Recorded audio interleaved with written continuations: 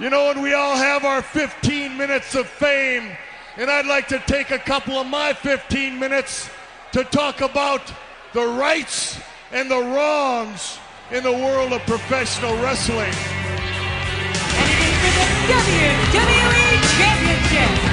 This match is for the ECW World Heavyweight Championship. The World Heavyweight Championship.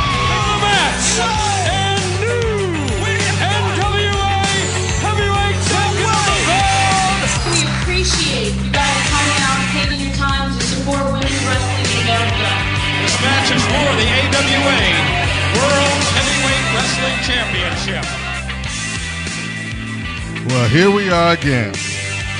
More WWE releases have been levied onto the world. Hello, folks. This is Mr. Green. You are listening to the Rights and Wrongs of Pro Wrestling Podcast. And as I am recording this, because I knew I had to jump on it now because life is pretty hectic and pretty busy, which makes me kind of up and down with these podcasts. But as I'm recording this, there's been like 6 releases already. And we just went through this. We just went through this not less than, 2 weeks ago?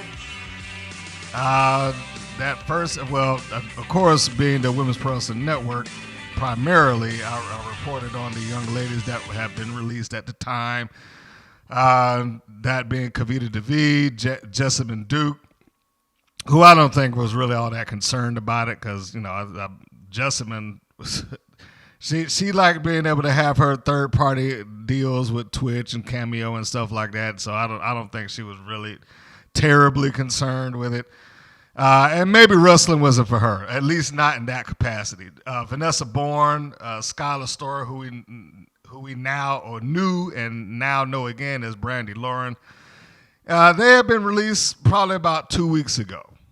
2 weeks ago, we got that news, and of course some of the referees and other personnel have been dropped.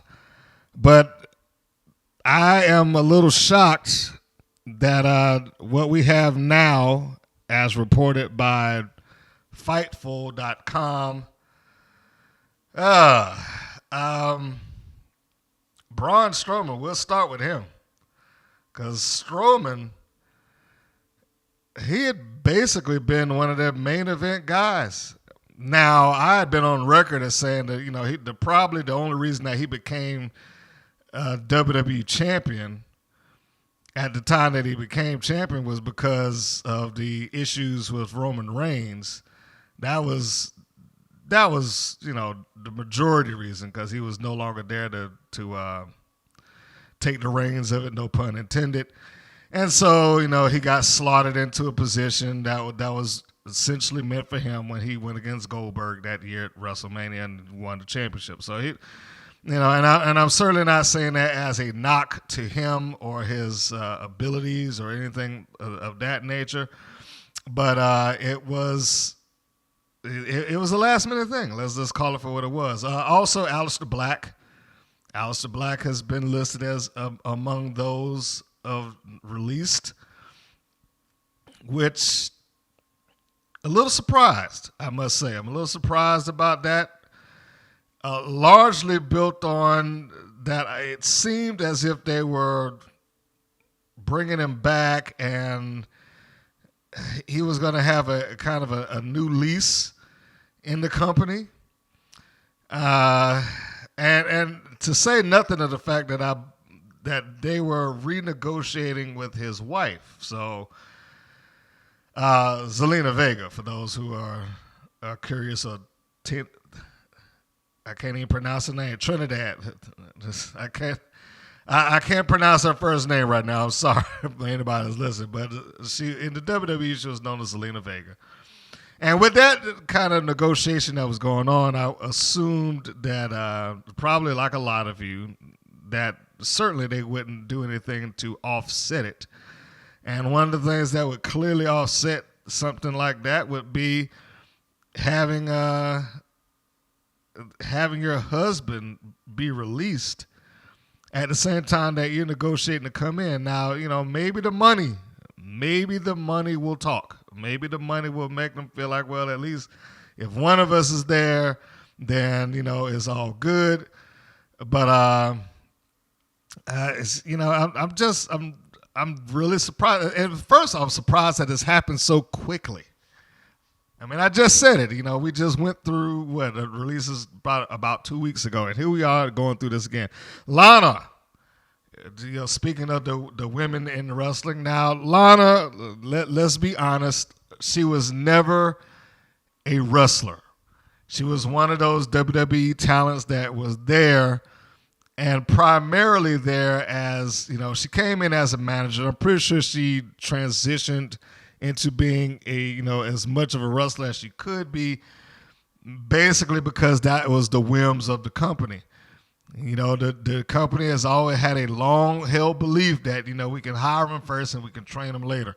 At least that's the way they were with that when, the divas were in full bloom. But I can't say that that's overly surprising to me, considering that her husband is in AEW, considering that she, and I say this with no disrespect to her intentions did not come across like she was high on the wrestling business.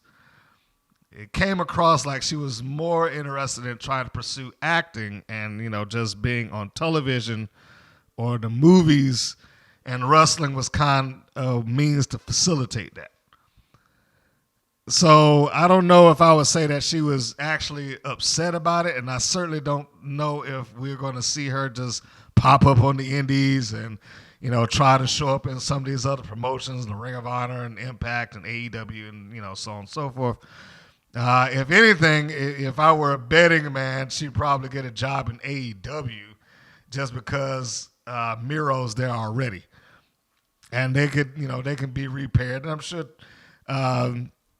Tony Khan will probably pay her a comfortable amount of money just to show up. But that particular one isn't very surprising. In fact, I'm a little surprised that it took this long for them just to decide it, because I know everybody's like, well, they got contracts and this, that, and that. Listen, those contracts do not mean nothing for the talent.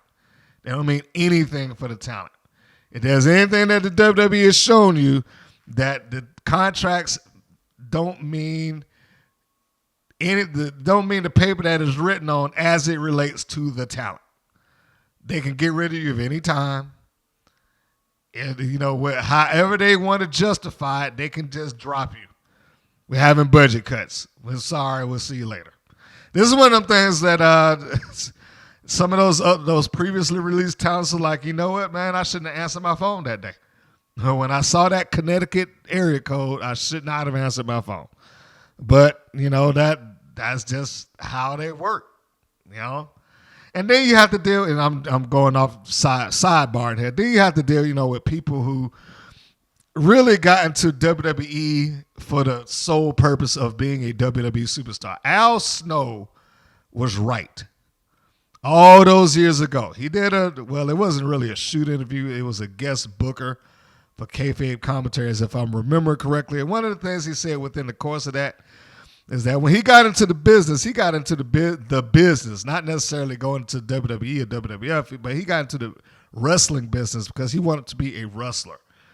But now you are dealing with a generation of people who are getting into the business to be a WWE superstar. And by, virtue of that, when they get cut or they get released, now this isn't what Al Snow said, this is my add-on. By virtue of that, when they get cut or they get released, they don't want anything to do with the business anymore. They just leave. They're done. They finish up, because a lot of them don't have any other experience outside of WWE. Look at Braun Strowman. Braun Strowman was a strong man who they essentially paid to learn how to be a wrestler. They paid him to come in and be a WWE superstar, and they used him up. They used up his value, and then now they're done with him.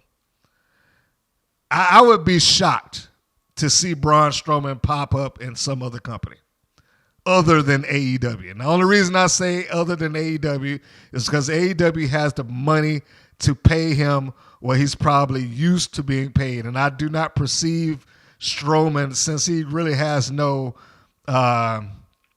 experience on the independents and no experience as a wrestler beyond the walls of WWE.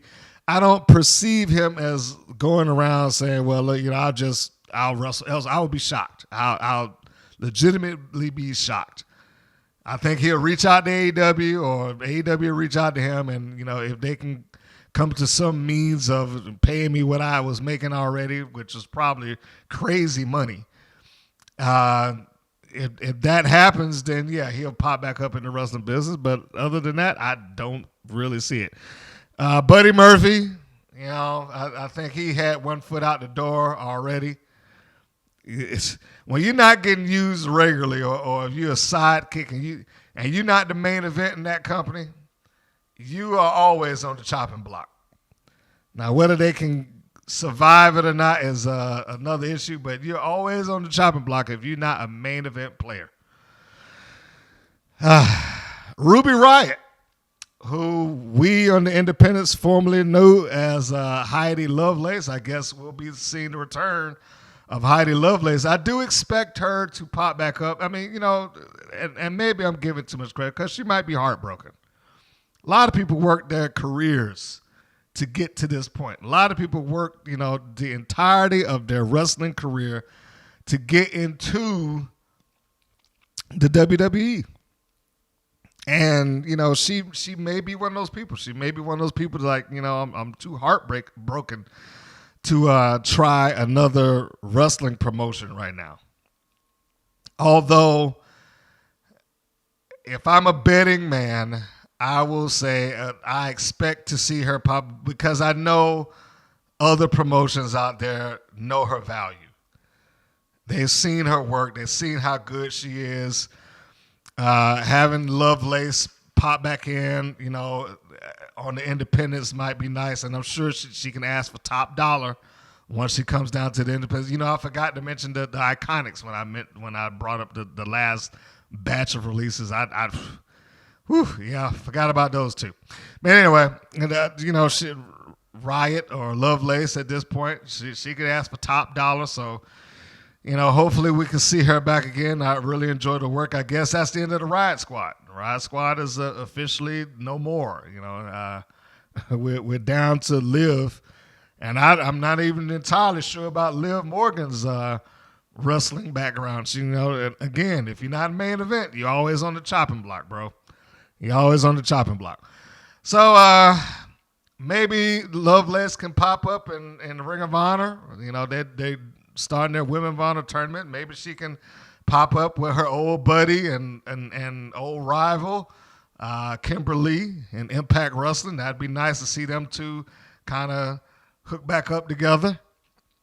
Maybe she'll get a call from AEW, although sometimes I'm a little weary about AEW's women's division. They seem more driven by bringing women from overseas than picking from the independents here. But it's sad. It's sad to see that, because she's one of those people I never really thought got a reasonable chance in that company. I can't think of anything significant that she did. Never mind the fact that she was, hurt for an extended period of time at one point. So it's probably nice to be able to say that she had WWE on her resume, but I don't think that she got the opportunity to do what she deserved to do either on the main roster or in NXT. She just, I'm thinking in my mind, I'm like, did she ever have a match of any major significance to the fan base? And we're not talking about her person, but when you're looking at, say, like you look at a Sasha Banks and a Bayley, people will always point to the Brooklyn match that kind of made them to some degree. It's like, did Lovelace have that? Did she have that moment? She got matches, but did she have the match that defined her in that company? I don't think so. Speaking of people who never got an opportunity, Santana Garrett. Now, Santana Garrett is another one who was kind of a best kept secret in wrestling for a good period of time. She's a former NWA World Champion. It was the NWA Women's World Champion. Let me refresh that. She's a former WOW Women's Champion. Well, WOW only has women's champions, but you get the point. There was a point in time with Santana Garrett on the independent. She was just killing it. I think she held those titles I just mentioned simultaneously, along with like 2 or 3 other independent promotion titles at the same time. So, she's, at least in that environment, she was really, really good. And in fact, when she participated in the original Mae Young Classic, she was the active reigning WOW champion at that time. Now, the only reason that happened is because, WOW takes these massive hiatuses, a year, 2 years, sometimes 3 or more. And she just happened to be the champion of record by when they went into hiatus. And it's not like she showed up on WWE television carrying the belt, and I don't think WWE would care anyway, as they would certainly care about her bringing the belt, but I don't think they look at WOW as any big thing to them whatsoever.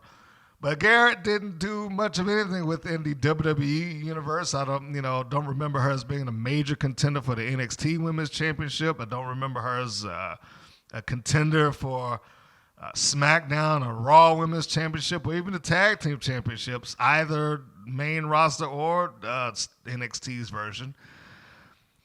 She showed up on television a couple of times, and that's about it. I don't remember her doing much after that. And you have to put the pandemic in some sort of responsibility for some of this. I'm not going to say all, because you cannot absolve the WWE for making these decisions, especially at a point where they have publicly said that we are making more money now than we have in the history of the company, and they're just dropping people left and right.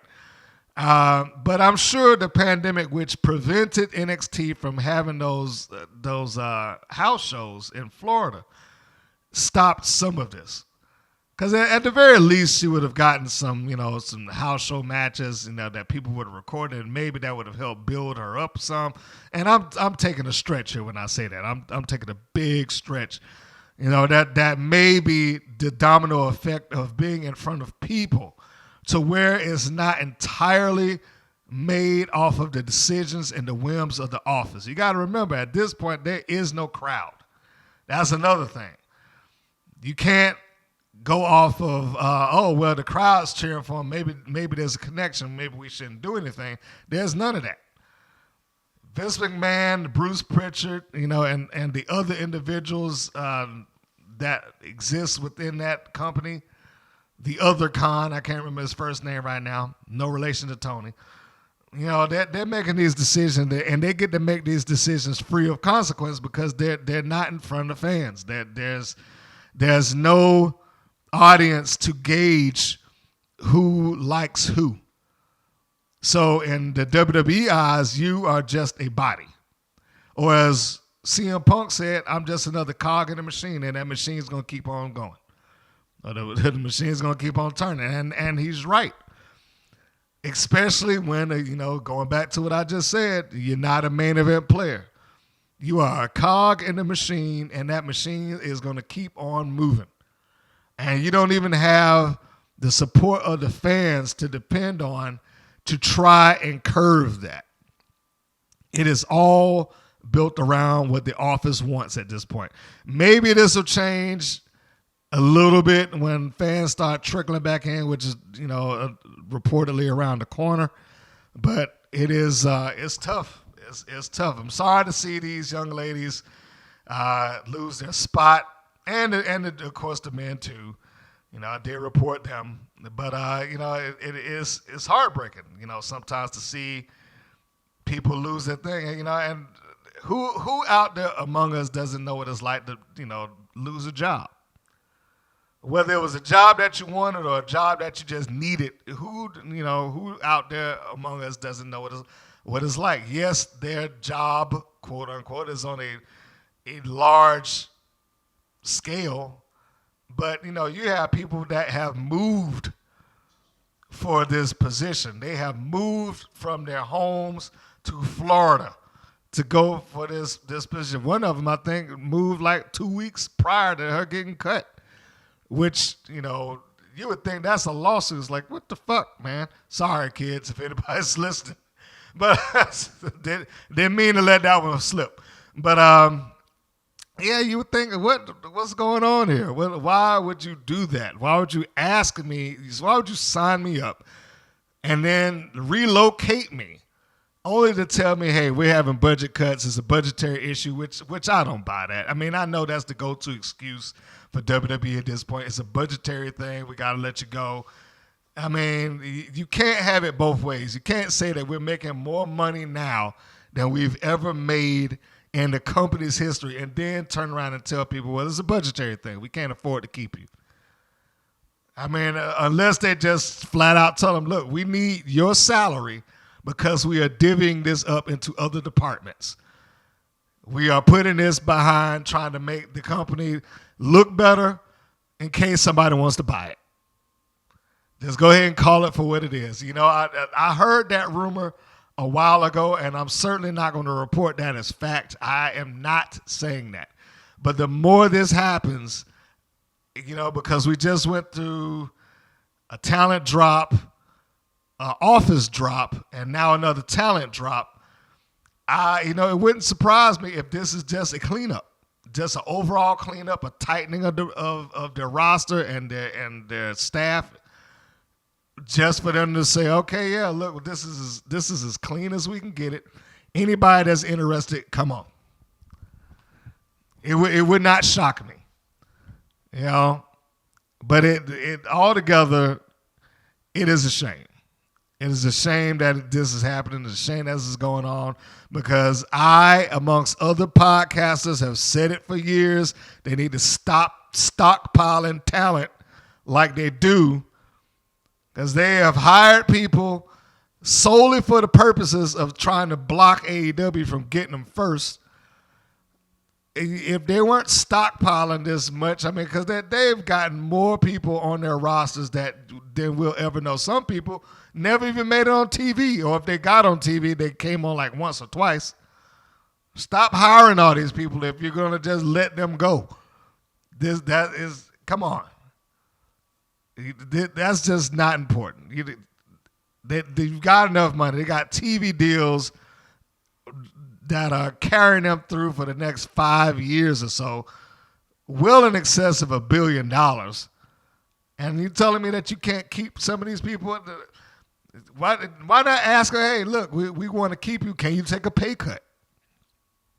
At least give the option. I mean, well, I don't know if they offered them that or not. I don't know if they offered to say, look, we can't afford to pay this $750,000 a year. Can you take $500 or $500K or $250? I mean, maybe those things would be useful, dropping them down.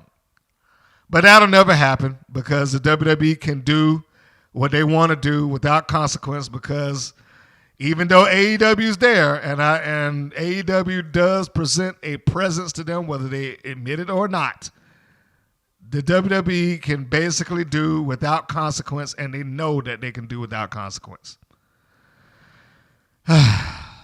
So that's it. That's the news as I've heard it so far. Would not be shocked that more come down the wire in the next couple of hours or so.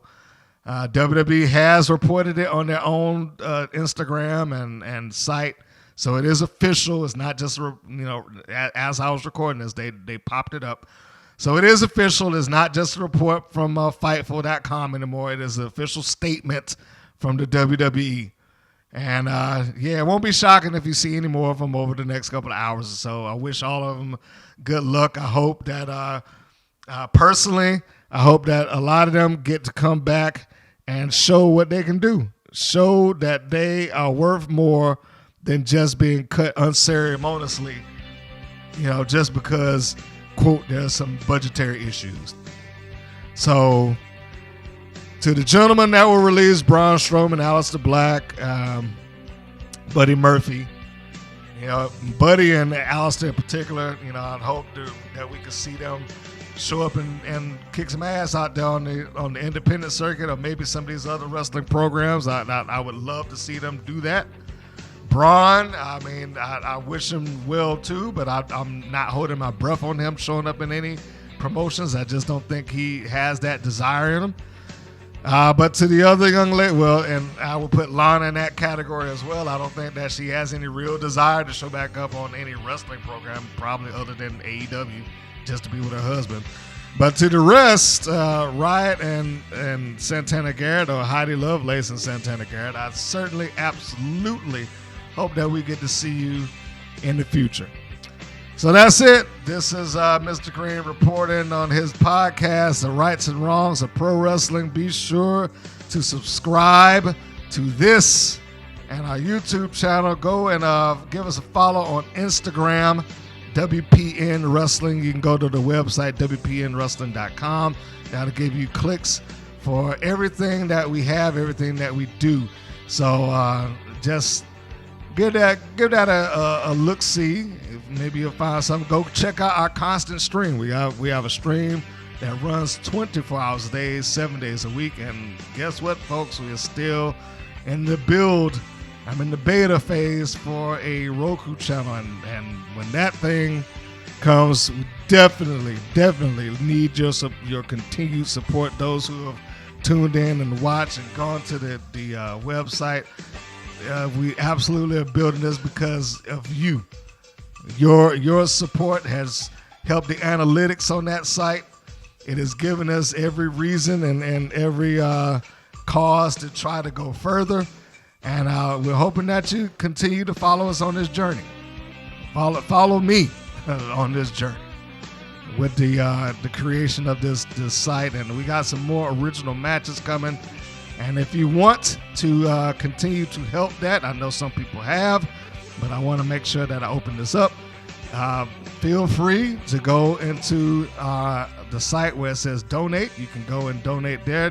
Those dollars go to the production of everything that we produce, podcasts, videos, interviews, so on and so forth. But it also goes to paying the talent, because these agreements that we have with these places, the Women's Pro Wrestling Network has begun to pay the talent for those matches that you see.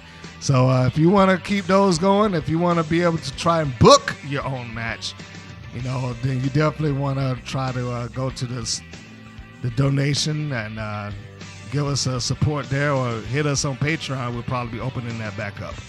All right, folks, that's it. Thanks for tuning in. We appreciate your time. And this is Mr. Green saying that this is Mr. Green saying so long, and we will see you on the next go-round.